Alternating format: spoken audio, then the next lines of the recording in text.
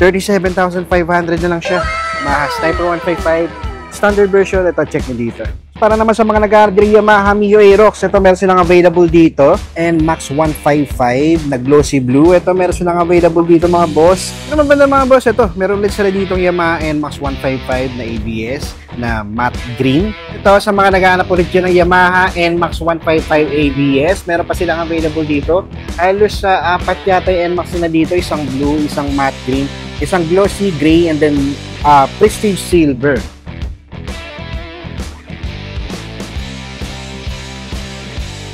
What's up mga boss? Welcome kayo sa panibago kong moto live. At kung bago ka lang dito sa channel ko, pindutin mo lang yung subscribe button at ang notification bell na sa ganun ay ma-notify pa kita sa mga susunod ko pang ilalabas na video. Sa mga di pa nakakapanood last episode ko, ito yung thumbnail niya.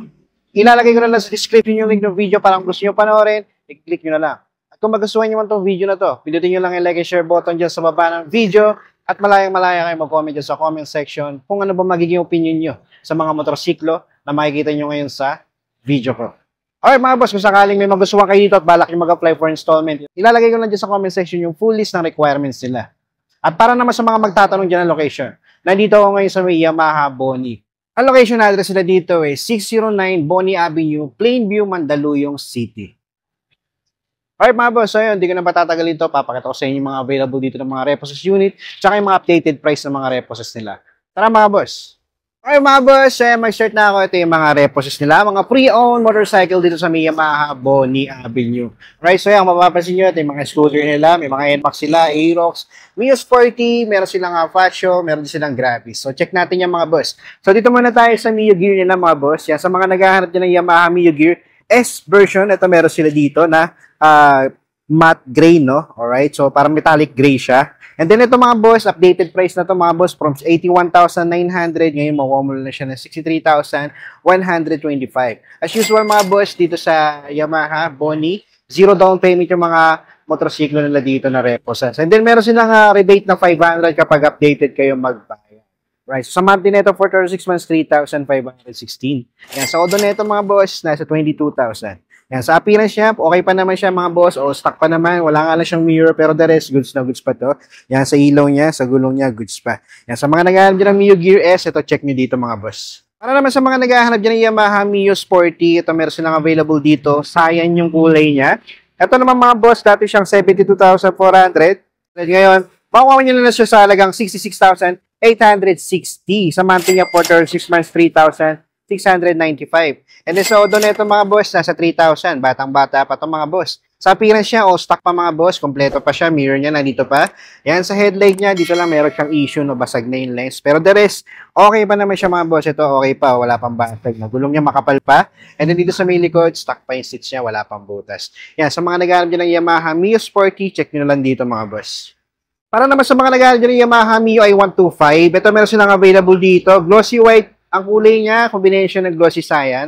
Ito naman mga boss, from 77,900, ngayon makuha mo lang siya ng 67,915. And then sa monthly niya for 36 months, 3,745. So, odo na ito mga boss is nasa 9,000. Medyo bata pa mga boss, pwede pa. Sa appearance niya, aftermarket nga lang tong seats, pero goods pa naman siya mga boss, no? Pati dito sa may mirror niya, yan, aftermarket na rin. Tapos sa ilaw niya mga boss, okay pa naman yung lens niya, no?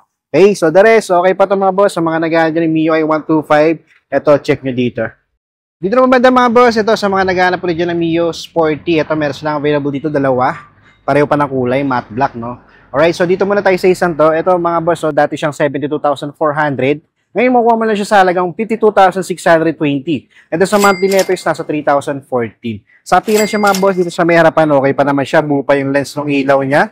Ay, meron pa lang issue, pati dito sa may panel niya, no? Odo nito, napitik na mga boss. So, check na lang mga boss kung sakali. Pwede nyo naman itong i-check dito. Pero dito sa isa mga boss, check natin itong isang to. Ito mga boss, mababa na, no? Ang laki nung binaba na ito from 67,900, 37,500 na lang siya. And then sa monthly niya for 36 months, napakagana sa bulsa, 2,292 na lang.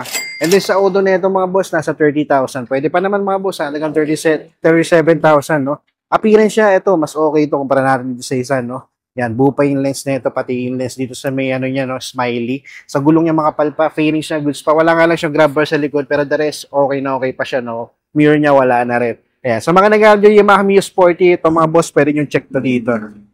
Dito naman banda mga boss, para naman sa mga nag-aaral yung Yamaha Mio Aerox, ito meron silang available dito. Yan, itong standard version ng Yamaha Mio Aerox. Yan, matte black, no? Yan, from 110,905, makuha mo na siya sa halagang 74,878. And then sa monthly niya for 36 months, 4,078. Ang ganda dito mga boss na usually meron tong 5% na down payment. Pero dito, 0 down payment mo na lang siya makukuha. No? Alright, so yan, sa mga nag-aaral dyan ng Muse Aerox, check nyo dito. Okay pa naman yung appearance siya, may gas-gas lang siya sa gilid. And then the rest yan, aftermarket yung seats niya, no, pamalit na, may butas na ito. Madali lang yan mga boss, tapos wala siyang mirror. So, doon yung mga boss, check nyo na lang dito kasi digital panel to, no? Hindi ko mapapakita sa inyo. Di ako allowed para buksan yan, alright? So, yan, sa headlight niya, yan, meron lang siyang konting alamat dito. Pero the rest, okay pa naman siya, no? Okay, so sa mga nag-aaral dyan ng Yamaha Mio Aerox, ito, check nyo dito. Para naman sa mga nag-aaral dyan ng Yamaha NMAX 155 na glossy blue. Ito, meron silang available dito mga boss. Yan, yung mga NMAX 155 ABS. Ito, mga boss, oh, dati siyang 150,381. Pero ngayon, makuha mo lang siya sa halagang 129,524. Meron nga lang siyang down payment na 6,500 kapag kukunin siya ng installment. And then sa monthly niya is nasa 6,378. Sa order niya mga boss, check nyo na lang dito. Pero sa appearance niya, papakita ko sa inyo para magkaroon kayo ng idea, no? Yan, sa may harapan niya dito, sa may fairings, okay pa naman siya. Wala lang siyang visor. And then sa headlight niya mga boss, okay pa naman yung lens ng ilaw niya. Wala pang basag, pati sa signal. Front fender, tapos gulong niya okay pa. And then dito na sa may likod mga boss, wala lang siyang grab bar, pero sa seats niya stock pa, wala pang butas, goods na goods pa. Wala rin siyang mirror. Right, the rest, okay pa ito mga boss, para sa mga nag-aaral ng Yamaha NMAX 155 ABS, meron silang available dito, check nyo na lang mga boss na. Para naman sa mga naghahanap din ng Yamaha Mio Gear, ito meron silang available dito na S version. Yan, ito mga boys, from 82,712, ngayon makuha mo siya sa halagang 67,869, and then sa monthly is 3,743. So, zero down payment to mga boss ha. Okay, sa odo na ito mga boss, nasa 15,000, medyo bata pa siya mga boss, no? And then sa appearance siya, mapapansin nyo dito sa may fairing sa harapan, okay pa siya, and then dito sa may lens niya, okay pa naman, wala pang basag, gulong niya makapal pa, kompleto pa siya mga boss, and dito pa yung mirror niya, and then sa seats niya, stock na stock pa, wala pang butas, no? Fairing siya dito sa likod, okay pa. Yan, sa mga naghahanap din ng Yamaha Mio Gear, S version nito, check nyo dito mga boss.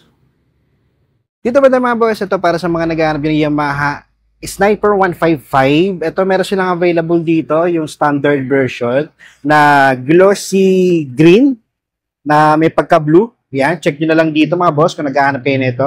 Ito for pricing pa, pero pwede nyo na siyang applyan kung sakaling ganito yung nahanap nyo. Sa ngayon, papakita ko sa inyo yung appearance niya para magkaroon kayo ng idea sa mga naghahanap dyan.